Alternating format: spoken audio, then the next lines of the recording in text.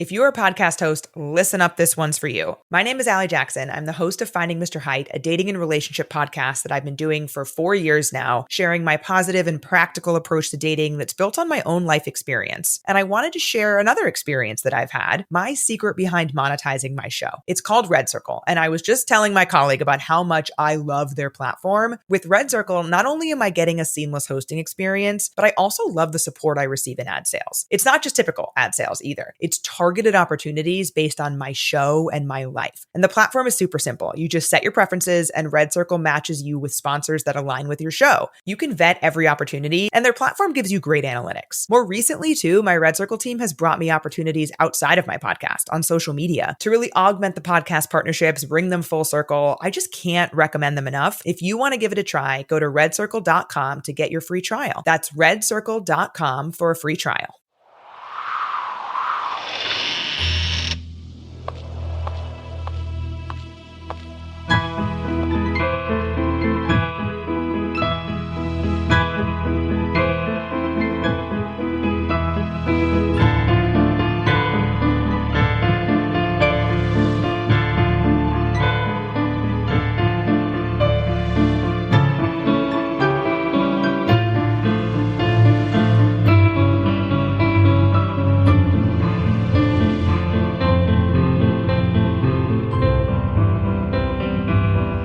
Things with Wings Productions presents The Man with a Storm in His Eyes, a Skylark Special Miniseries written exclusively for the Skylark Bell podcast. I'm your host, Melissa Oliveri. Before I begin, if you haven't listened to the first 3 installments of this story, I strongly suggest you hit pause on this episode and go listen to volumes 1, 2, and 3. Otherwise, this episode won't make much sense. In last week's episode, Marie broke the sisters' one rule and brewed a cup of the forbidden tea for herself. But she was interrupted by their early return. Disgraced and embarrassed, she returned home, only for the twins to appear outside her window a few days later. Today we conclude this wild and eerie tale. Fair warning, the ending made me cry the first time I reread the story in its entirety. Lastly, I'd like to thank Lauren and Rachel for the use of their apartment over the Thanksgiving holiday. The opportunity to house and cat sit for them gave me the calm and space I needed to start writing. And in the end, their cat, Russell, provided the inspiration for the story I wanted to write. The spark has grown into a flame, and there are more stories to come in the future, so stay tuned. But for now, it's time to get settled in. Grab a blanket and a warm drink, perhaps a handkerchief just in case. And let's listen to the conclusion of The Man with a Storm in His Eyes.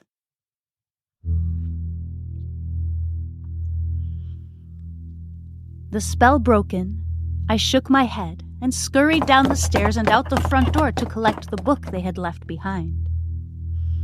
I ran my hand over the smoothness of its cover and noted the leather was embossed with a collection of odd symbols. I clutched the book to my chest and hurried back up to my flat as quickly as my fuzzy slippers would allow, completely oblivious to the neighbors gawking at the sight of me outside in the cold wearing only a short frilly nightie.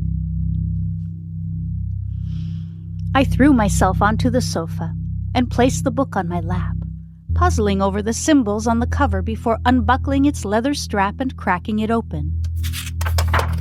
I flipped through the book haphazardly and was met with page upon page of tight, cursive handwriting. Every so often, I would land on a carefully drawn illustration with labels and notations. About halfway through the book, I found a folded piece of paper tucked between the pages. I gingerly pulled it out. The ornate handwriting was different than the one filling up the pages of the book. I squinted in concentration as I began to read. Dearest Marie, you must have endless questions about the goings-on at 51 Dimley Court. We did not mean for you to get pulled into the vortex of our stormy existence, and I apologize for our poor handling of the situation the day you left.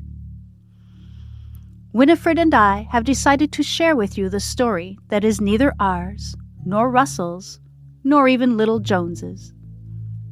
The story is our mother's. Her name was Fiona Merriwell, and she was what many would, for better or worse, call a witch. Our mother grew up in the old world, a time and culture filled with mystique and superstition. It would be easy to brush aside these traditions as hogwash, but as you now know, there was truth to at least some of it. Our maternal grandmother was a gifted seer and would warn people of things to come, or describe things that had happened long before any of them were born. Our mother was always envious of this gift, but her talents lay elsewhere. She was an expert healer and could create concoctions to heal most ailments common in her time. Her one wish, however, was to find a way to recreate her mother's capabilities using her knowledge of plants, herbs, tinctures, and the like. She made it her life mission, and it cost not only her, but several of us dearly. The teas in the canisters were created by her, and she was the last one to brew a cup, until you came along, of course. But I'm getting ahead of myself. Our mother raised us on her own after our father passed away. She worked odd jobs and kept herself busy, making salves and teas to sell at local markets. Behind the scenes, however, she continued to work on her plan to create a tea that would allow her to see through veils of time. And she eventually succeeded. But things did not go as planned.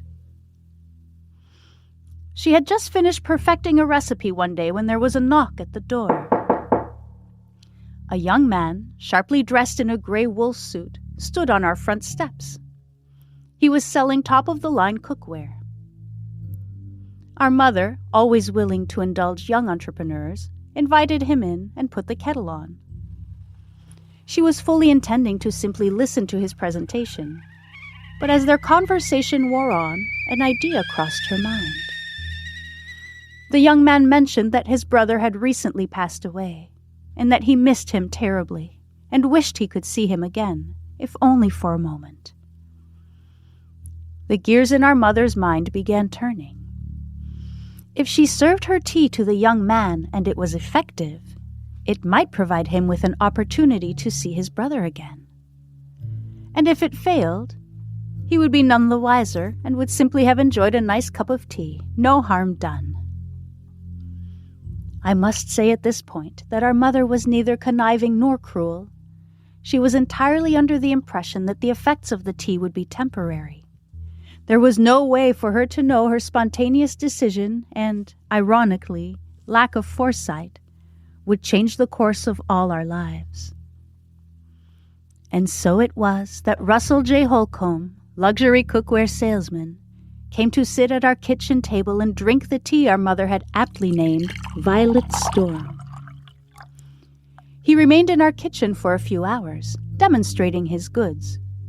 Winifred and I came home from our jobs at the hospital partway through his sales pitch and sat at the table listening to him, enthralled. Russell was very charismatic. He would certainly have had a successful career in sales if he had never had the misfortune of knocking on our door. Winifred was especially taken with him. She would later tell me it was his smile that had won her over so quickly. Little did she know we would only rarely ever see that smile again. We were there when the tea began to take effect. I remember it so clearly because, unfortunately for Russell, there was a storm brewing outside. Winifred and I had rushed home from work due to the dark, threatening clouds hovering in the sky above. We would later learn that the stormy weather exacerbates the effects of this specific tea. But once again, I'm getting ahead of myself. Russell was just finishing a demonstration that involved cooking an omelet. He slid it onto a plate and placed it on the table for us to see. It was then that he stumbled backwards and fell to the floor. His eyes darted back and forth as a mist began to rise in them. He started to shake and pointed at something behind us. The three of us turned in unison, but there was nothing there. Our mother crouched next to him, put a hand on his shoulder, and asked if he was okay. Through rapid breaths, Russell explained that he could see other people, dozens of other people, all semi-transparent, moving through the kitchen, walking, cooking, sitting at the table.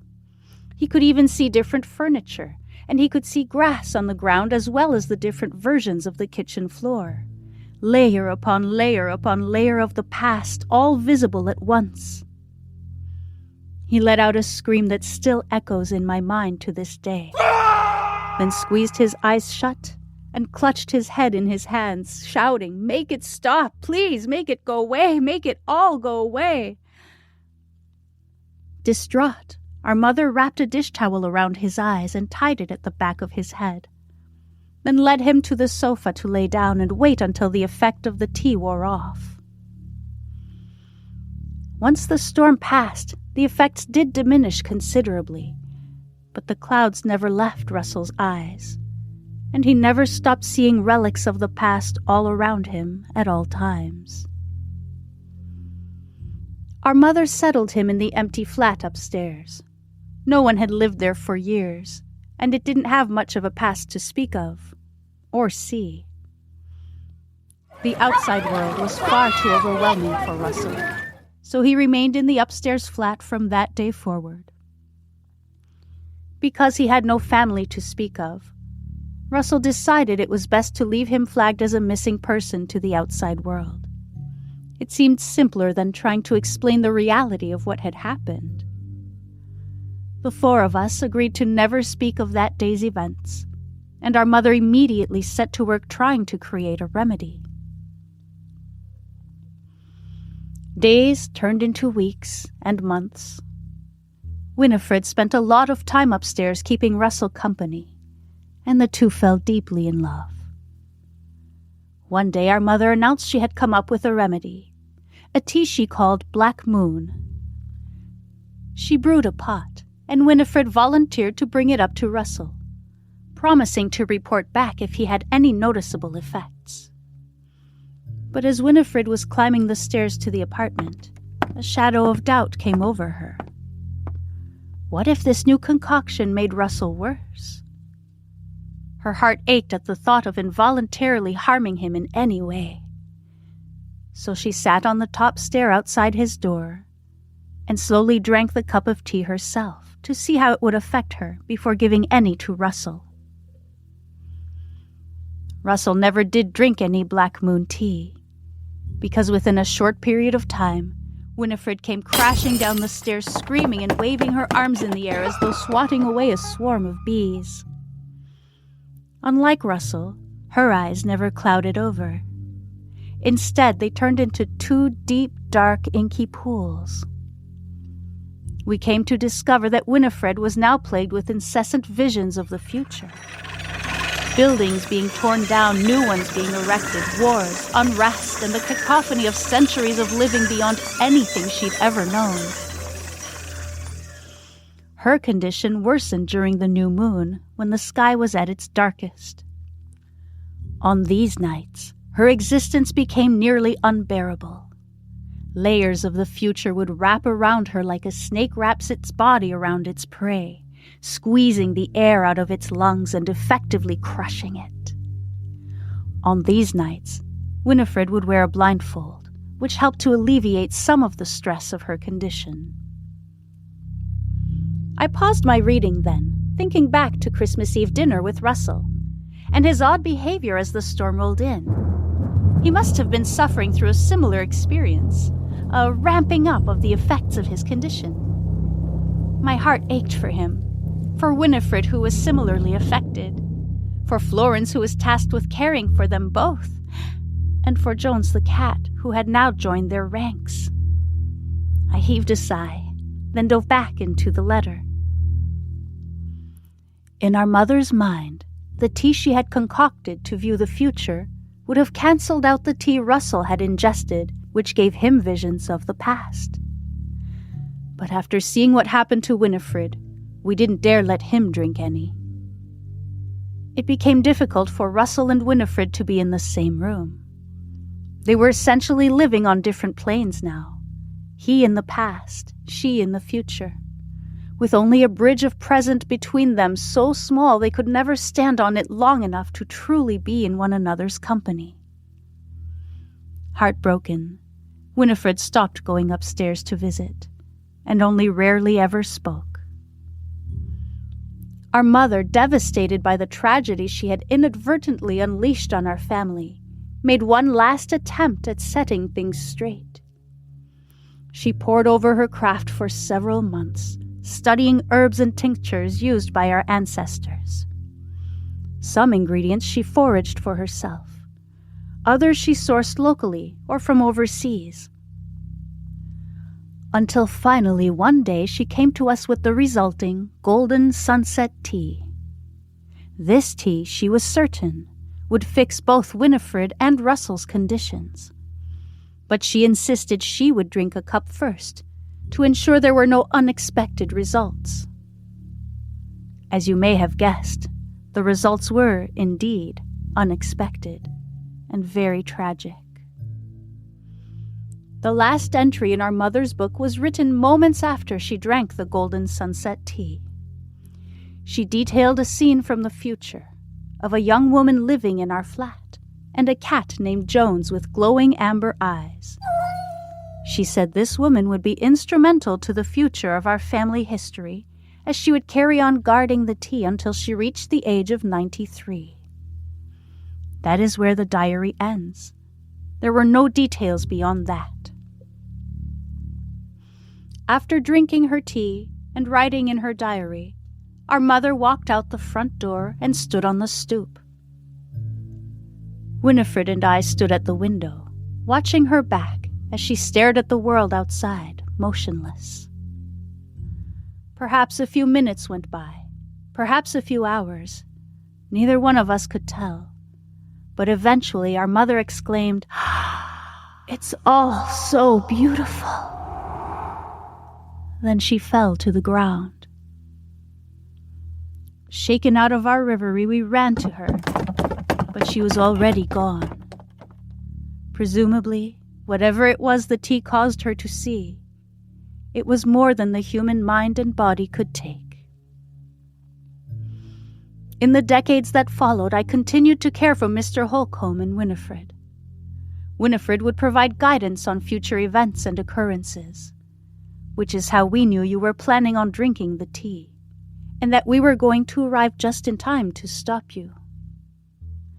We tried to change the course of history, and arrive in time to also prevent Jones from drinking the tea. But as with every other time we've attempted to change the future, we failed. From what Winifred has shared, and she only shares things she feels are absolutely necessary, I am to make you the beneficiary of our estate upon our passing, which, Winifred has assured me, is much farther away than anyone would ever dream. Perhaps our mother's longevity tea worked better than her other teas. I wish you all the best, Marie. We shall not see you again after today, but from what I can gather, someday, in the distant future, you will once again see us. Take care, Florence. I refolded the letter and placed it back between the pages of the book, then closed the cover, rebuckling the strap, and placed the book on the coffee table in front of me. There would be ample time to sift through its pages down the road. Right now, I needed to process the events of the past week. I carried on with my life over the next few days. Those days turned into weeks, months, years, and before I knew it, nearly 3 decades had gone by. In that time, I earned a nursing degree and used some of the knowledge from Fiona's diary to help patients. I married and divorced, had 2 children whose careers eventually took them to opposite ends of the country, adopted and went through the heartache of saying goodbye to 3 different cats, all with glowing amber eyes. And, well, I grew older. Not nearly as old as the twins, however, who died within days of one another at the ripe old age of 103. It was on a Wednesday afternoon, a couple of weeks after the twins' passing, that my postman Gordy placed a small package on the stoop outside my front door. I happened to be looking out the window when he came, and waved to him as he carried on to my neighbor's house. He smiled and waved back. He was always such a pleasant young man. I reached into my postbox and pulled out a small stack of letters, then bent down to pick up the package. I felt my stomach tighten when I saw the return address for the solicitor's office on the parcel. I knew this day would come. This wasn't a surprise per se, and I had only briefly met the sisters on 2 occasions nearly 30 years ago. Yet I still felt the sting of tears in my eyes.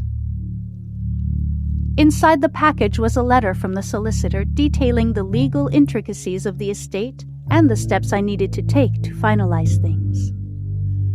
The only other item in the box was an old antique key.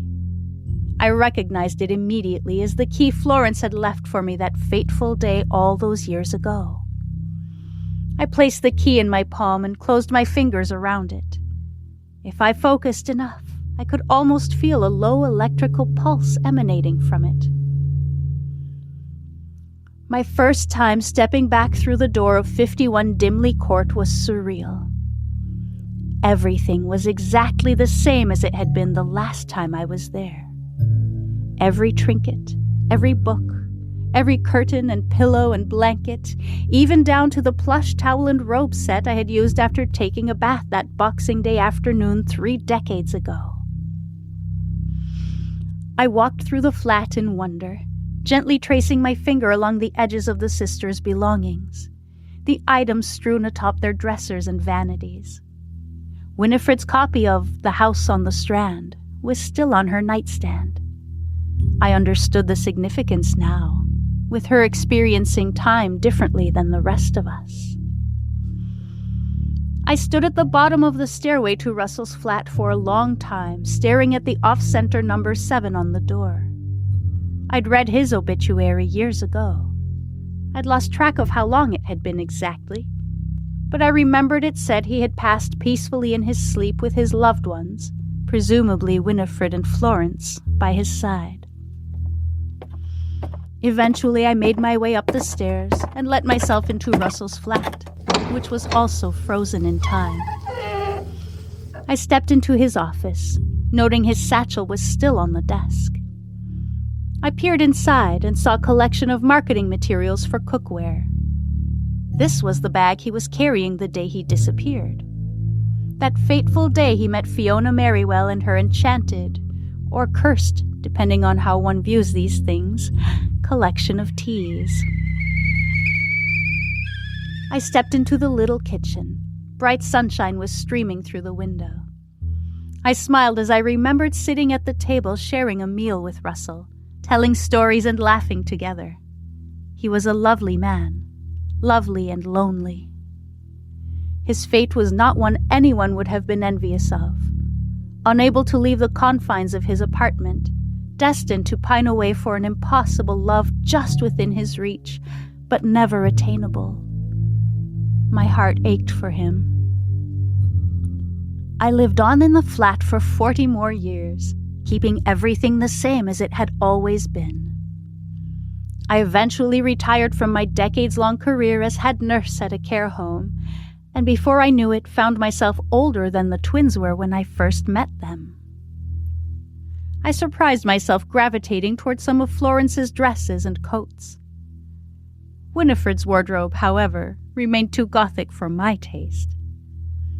As time wore on, I became rather uninterested in the outside world, preferring to focus on my own private little secret world inside the sisters' flat. I never stopped thinking of it as the sisters' flat.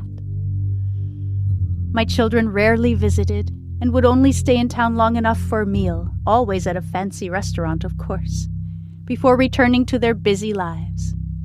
And I was okay with that, because they were happy. And now we've come to today. Today is my 93rd birthday. I'm celebrating alone, and rather enjoying my own company. I finished my cup of tea 15 minutes ago. I can feel its effect taking hold.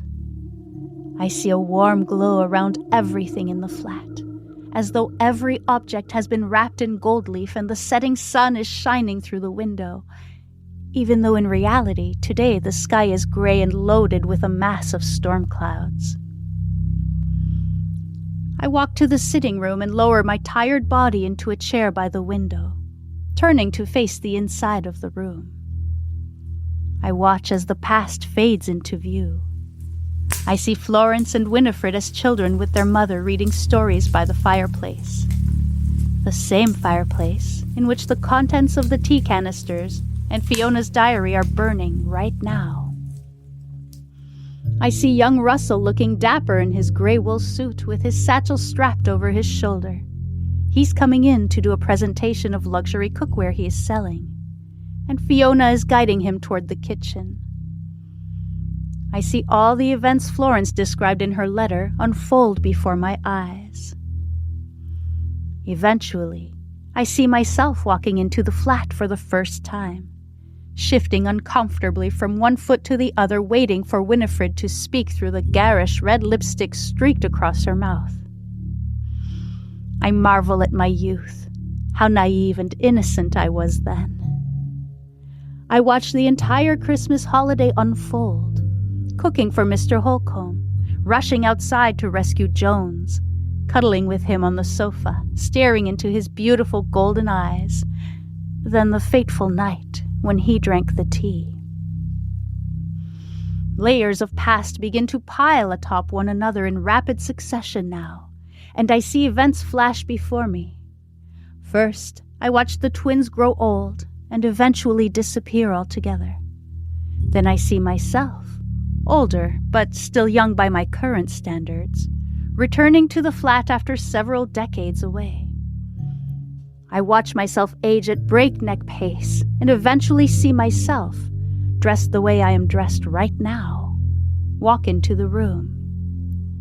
I gasp as I catch a glimpse of my eyes, now turned into two glowing orbs filled with a swirling mass of mauve, gold, coral, and burnt orange. Now I understand why Fiona named this tea Golden Sunset. I watch as I gingerly lower myself into the chair I am sitting in at this very moment.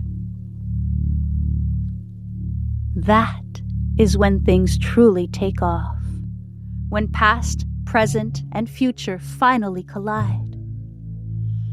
In a flash of amber, coral, and lilac, everything sets off at lightning speed. I see the future. I see what happens to me, what happens in the decades and centuries beyond this moment in time. I see the people who lived here before the twins, before Fiona, and those who will live here after. I see the field that was here before the apartment building, and the structure that will be built after its demolition decades from now. I turn to look out the window. The view is breathtaking. I can see everything that has come before, and everything yet to come, all awash in a swirl of sunset colors. It's chaotic, it's heartbreaking, it's electric, it's inspiring, it's life. And it's all so beautiful.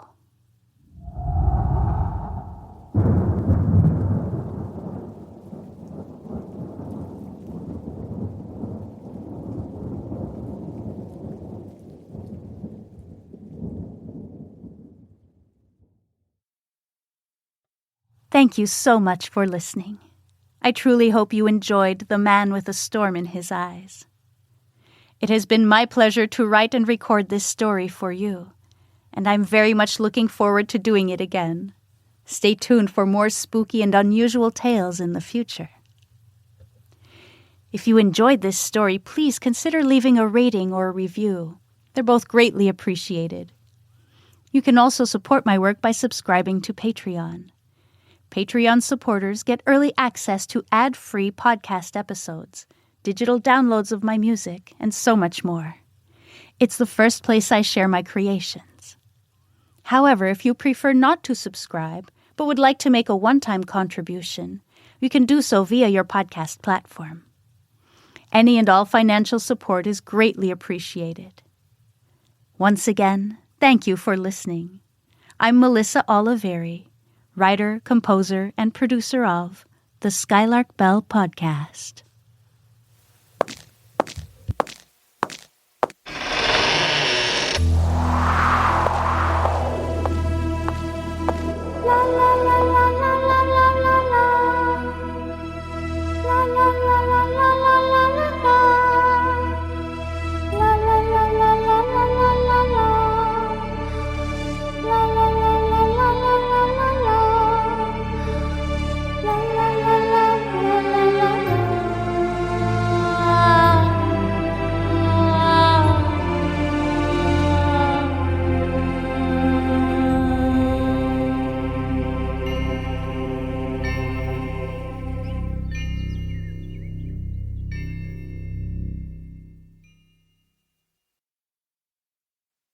If you're a podcast host, listen up, this one's for you. My name is Allie Jackson. I'm the host of Finding Mr. Height, a dating and relationship podcast that I've been doing for 4 years now, sharing my positive and practical approach to dating that's built on my own life experience. And I wanted to share another experience that I've had, my secret behind monetizing my show. It's called Red Circle, and I was just telling my colleague about how much I love their platform. With Red Circle, not only am I getting a seamless hosting experience, but I also love the support I receive in ad sales. It's not just typical ad sales either. It's targeted opportunities based on my show and my life. And the platform is super simple. You just set your preferences and Red Circle matches you with sponsors that align with your show. You can vet every opportunity and their platform gives you great analytics. More recently too, my Red Circle team has brought me opportunities outside of my podcast on social media to really augment the podcast partnerships, bring them full circle. I just can't recommend them enough. If you want to give it a try, go to redcircle.com to get your free trial. That's redcircle.com for a free trial.